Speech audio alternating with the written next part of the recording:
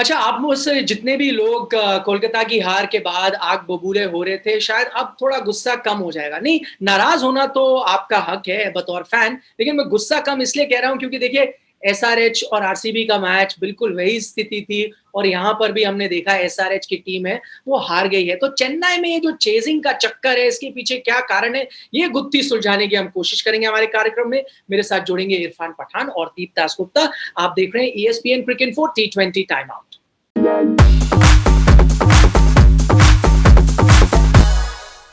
तो चलिए पहला हमारा सवाल ये है और ये सवाल सबके जहन में भी है, वो ये कि चेन्नई में चेजिंग का चक्रव्यूह है, 2 दिन में 2 असफल चेजेस हैं। तो आप दोनों के लिए मेरे पास मल्टीपल चॉइस क्वेश्चन है, एक आपको ऑप्शन पिक करना है। क्या है सबसे बड़ा कारण कि चेज नहीं कर पा रहे पिछले 2 मैचेस में? इरफान आपसे शुरुआत करूंगा। 3 ऑप्शन है, पिच या फिर गलत शॉट्स या फिर शानदार गेंदबाजी। पिच टेस्ट कर रही है बल्लेबाजों की बैटिंग स्किल, ये मुझे लगता है सबसे बड़ा कारण है। पिच थोड़ी स्लो है, उस वजह से जो बल्लेबाज है वो जिस तरह से मनूवर कर सकते हैं, स्वीप शॉट, अलग अलग जो स्पिन को खेलने के लिए जो हाथ लूज होना है, क्योंकि अब आदत हो गई ना बड़े बड़े शॉट, हाथ सख्त, और वो रिस्क का बाद में इस्तेमाल होता है बड़े शॉट लगाने के लिए, तो वो सफलनेस थोड़ी सी कम हो गई है, तो वहां पे दिक्कत आ रही है। तो मुझे लगता है पिच टेस्ट कर रही है ज्यादा स्किल। दीप? पिच तो एक कारण है और मेरे ख्याल से कहीं ना कहीं टैक्टिकली भी थोड़ी बहुत चूक हो रही है लोगों से, खासकर इस मैच की मैं बात कहूंगा। चलिए पिछला वाला मैच जो केकेआर ने हारा वो अलग था, क्योंकि वो पहली बार इतना ज्यादा घुमाव देखने को मिला इस आईपीएल में और इतनी धीमी पिच। लेकिन कल मैच के बाद आज का जो मैच जो सारे हारा, मुझे लगा कि बहुत ज्यादा रन बचा के रखे थे अंत के लिए, जहां पे अभी तक हमने पहले मैच से चेन्नई में देखा है जो आखिरी के 5 ओवर में जो बड़े शॉट्स लगाना मुश्किल रहा है।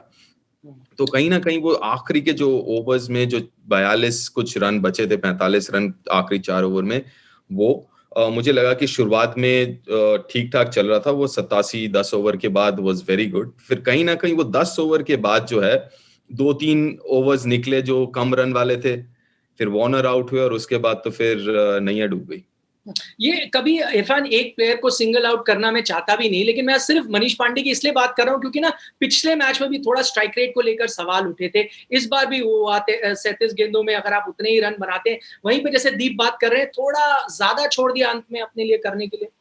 बिल्कुल, बहुत ज्यादा। देखिए मनीष पांडे पे बहुत ज्यादा कई बरसों से सनराइजर्स हैदराबाद ने भरोसा जताया है। पिछला साल उनका अच्छा जरूर रहा था, लेकिन ये जरूरी रहता है कि आप किस तरह से ग्रो करते हो। आपको हमेशा हर साल बेहतर होते जाना है। आप इंडिया प्लेयर हो और आपको वो पूरी जिम्मेदारी अपने कंधों पे लेनी है और लगातार आपको मैचेस जितानी है। पिछले मैच में भी स्ट्राइक रेट की बात हुई, यहाँ पे भी देखिए मैं एक्सपेक्ट नहीं कर रहा मनीष पांडे से कि वो पुलाट की तरह 150 160 का स्ट्राइक रेट अदा करे। मैं ये एक्सपेक्ट करता हूँ मनीष पांडे को, जब मैं देखता हूँ सनराइजर्स हैदराबाद के लिए कम से कम कंसिस्टेंटली उनका स्लो पिचेस पे 120 के आसपास तो स्ट्राइक रेट होना चाहिए, जो वो कर सकते हैं। आज भी अगर देखें तो 100 का भी स्ट्राइक रेट नहीं था, तो 100 का अगर आसपास स्ट्राइक रेट रहता है वहां पे आप गड़बड़ कर जाते। तो और जब आउट हुए वो सबसे बड़ा मुझे लगता है क्राइम था, क्योंकि आप जिस वक्त आउट हुए तभी भी गेम बचा हुआ था। आप बड़ा शॉट खेलने गए, आपने विकेट गंवाई अपना और वहीं पे और भी ज्यादा मैच को फंसा दिया। मनीष पांडे का क्योंकि आउट के बारे में बात करते हैं तो ये मुझे ले जाता है शाहबाज अहमद के ओवर के लिए। एक ओवर में उन्होंने 3 शिकार बनाए। दीप आपके पास आता हूं, उसमें हमने जो 3 विकेट देखे, गलत शॉट्स तो खेले गए, लेकिन मैं बल्लेबाज के नजरिए से अब सोच रहा हूं, जब थोड़ा रन रेट आपका 8 तक जा चुका है, ये आते हैं, एक मैं जो कहूंगा उतने रेगुलर बॉलर नहीं है बाकी बॉलर्स के मुकाबले, तो अगर आपको चांस लेना था तो शायद यही मौका था। किस तरफ जाएंगे आप? बल्लेबाजों के साथ थोड़ी सहानुभूति दिखाएंगे या बोलेंगे नहीं ये गलत डिसीजन था? मैं ये कहूंगा कि शाहबाज एक तो रेगुलर बॉलर हैं और उन्होंने काफी मैचेस बंगाल को जिताए हैं बॉल और बैट दोनों से, खासकर बॉल से। Is more of a bowling allrounder. Batting तो वो करते हैं, वो 3 नंबर पे खेलें वो अलग बात है, लेकिन बॉलिंग ऑलराउंडर है। ऊपर से क्या हो जाता है ना कि कई मर्तबा आप देखिएगा कि जैसे वो टाइम आउट होता है ना, टाइम आउट के बाद के ओवर्स इस्तेमाल होते हैं डेथ ओवर्स जैसे। और अगर आप उन गेंदों को देखेंगे, अगर आप चलो पहले बेस्टो का ले लेते हैं, बेस्टो स्वीप मारने के एक बॉल जो बिल्कुल ऊपर था, राइट ऊपर था, स्वीप के लिए वो हाथ खोलने का मौका नहीं मिला तो उन्होंने मिस हिट किया। दूसरा मनीष पांडे का देखें तो उन्होंने स्टेप आउट पहले किया तो उन्होंने बॉल को बाहर फेंक दिया। तो अगर आप देखें तो वो बैट्समैन तो चलो ठीक है, लेकिन कहीं ना कहीं आपको ये भी कहना पड़ेगा कि बहुत अच्छी गेंदबाजी भी की है। जैसे ही देखा मनीष पांडे निकला बाहर कर दिया, फिर जैसे मैं कह रहा हूं तो बहुत अच्छा उन्होंने वो ओवर डाला। और कहीं ना कहीं दाद दूंगा कप्तानी को कि वहां पे उस वक्त उस ओवर में लेके आए उनको, और दूसरी बात शहबाज को कि आसान नहीं है 17वां ओवर डालना। अगला पॉइंट हमारा है, दीप आपसे राय जानना चाहूंगा, क्या डेविड वार्नर का विकेट रहा टर्निंग पॉइंट, क्योंकि तब तक ऐसा लग रहा था सब कुछ कंट्रोल पे था। बिल्कुल बिल्कुल, इसमें कोई दो राय नहीं है, क्योंकि जिस लय में थे वो, जिस देख के लग रहा था वो अलग पिच पे खेल रहे हैं। जैसे दूसरी तरफ मनीष थे वो जो अटक अटक के उनकी पारी आगे बढ़ी, लेकिन दूसरी तरफ वार्नर थे जो फ्री फ्लोइंग, उसके पहले ओवर में जो 2 चौके लगाए, एक स्वीप पे लगाया, एक रिवर्स स्वीप पे लगाया चहल को, तो देख के लग नहीं रहा था कि ये वही पिच है जिसपे मनीष खेल रहे हैं। तो वो बहुत बड़ा टर्निंग पॉइंट था, और कहीं ना कहीं थोड़ा सा दबाव में भी थे, क्योंकि वो 10वें ओवर के बाद से मेरे ख्याल से अगले 6 ओवर में कुछ 23 रन आए और उनका विकेट गिरा। तो 2-3 ओवर वो 2-2 रन के आए, तो थोड़ा वो आस्किंग रेट 7 से बढ़ के 8 हो गया था, क्योंकि उनके जहन में भी था कि भैया पीछे जो है ज्यादा रन नहीं रखेंगे। लेकिन अब मसला ये हो गया कि वो 2 ओवर के अंदर ही वो आउट हो गए। उसके बाद तो फिर उसके बाद से जैसे मैंने कहा कि पारी संभाल ही नहीं पाई किसी ने। और आप जैसे कह रहे हैं ना, पिछला सीजन अच्छा नहीं रहा था। कई बार जब पिछला सीजन अच्छा नहीं रहता तो अगला सीजन अच्छा रहता है, और यही हमारा अगला पॉइंट भी है, क्योंकि बिग शो के बारे में बात करें ना, उनका भी पिछला सीजन भुला देने वाला था।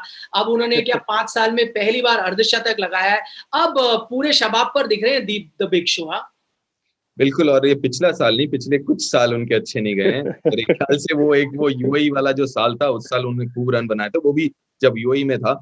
लेकिन देखिए, हम सब यही चीज कह रहे हैं, दोहरा रहे हैं कि आरसीबी में उनको एक जो रोल मिला है, जो क्लैरिटी है सोच में, और ये एक बहुत बड़ा फायदा है कि वहां पे आप विराट भी हैं और एबीडी हैं, उसके बाद आप आते हैं, आप वहां पे सबसे बड़े नाम नहीं है, तो वो जो दबाव है पैसों का कह लीजिए या नाम का कह लीजिए, जो रेपुटेशन है, वो दबाव यहाँ पे उस लिहाज से नहीं है। और ऑब्वियसली जैसे हम बात कर रहे हैं कि जो 4 नंबर पे बैटिंग का उनको मौका मिला कि आप बीच में आए, स्पिनर्स के विरुद्ध खेलें और खुल के खेलें, क्योंकि आपके पीछे एबीडी जैसे बल्लेबाज आने वाले, तो आपके दिमाग में वो टेंशन नहीं है कि भैया अगर मैं आउट हो जाता हूँ क्या हो जाता हूँ। तो बेबाक, जैसे शुरुआत में इरफान भी कह रहे थे कि वो मौका है कि बेबाक अपना क्रिकेट खेलें।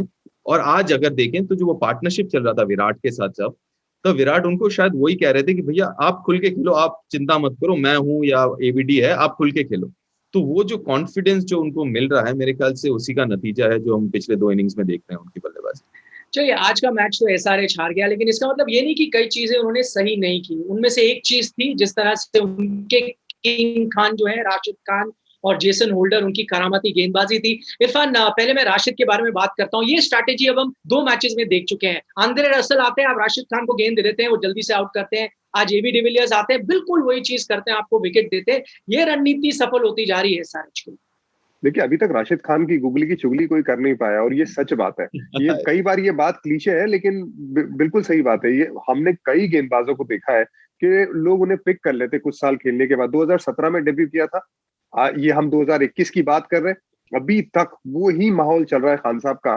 काबिले तारीफ है, और चीजें बदलते रहते हैं। आज मैंने एक चीज नोटिस की थी राशिद खान की, जब वो गेंदबाजी कर रहे थे, पहले यॉर्कर नहीं डालते थे, लेकिन जैसे ही एबी डिविलियर उनका पहला बॉल खेल रहे थे, वो यॉर्कर डालने की कोशिश कर रहे थे। लो फुल टॉस हुआ था, और बाद में इशारा भी कर रहे थे कि यॉर्कर डालने गया, यॉर्कर डालने गया। तो बेसिकली अपने आप को बेहतर करने की कोशिश कर रहे हैं। इसी वजह से लगातार उनके पास से वो रिजल्ट देखने को मिलता है जहां पे भी वो क्रिकेट खेलते हैं।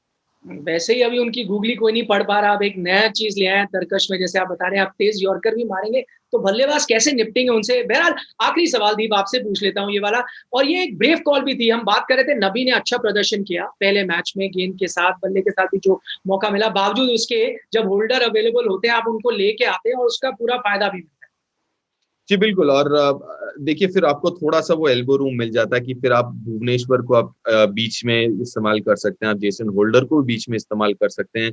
तो वो थोड़ा सा आपके पास थोड़े से जो है विकल्प थोड़े से ज्यादा हैं पहले 6 ओवर में और आखिरी के 4 ओवर में। जैसे आज आपने देखा कि जेसन होल्डर ने आखिरी ओवर डाला, भुवी को पहले डलवा दिया था क्योंकि तब विकेट की जरूरत थी, एक चांस लिया था कि मैक्सवेल को पहले थोड़ा सा आउट कर दें, नहीं चला पैंतरा, लेकिन वो फिर आपके पास वो ऑप्शन है, वो विकल्प है कि वो कर सकते हैं अगर जेसन होल्डर हैं आपके टीम में। चलिए, फिलहाल आईपीएल की स्थिति ये है कि आरसीबी एकदम टॉप पे चली गई है, 2 मुकाबले दोनों जीत लिए हैं। एसआरएच का थोड़ा बुरा हाल है, दोनों मुकाबले हार गए हैं। लेकिन बहुत बहुत शुक्रिया इरफान पठान, दीप दास गुप्ता हमारे साथ चर्चा करने के लिए। आप देख रहे थे ESPN cricket info T20 time out.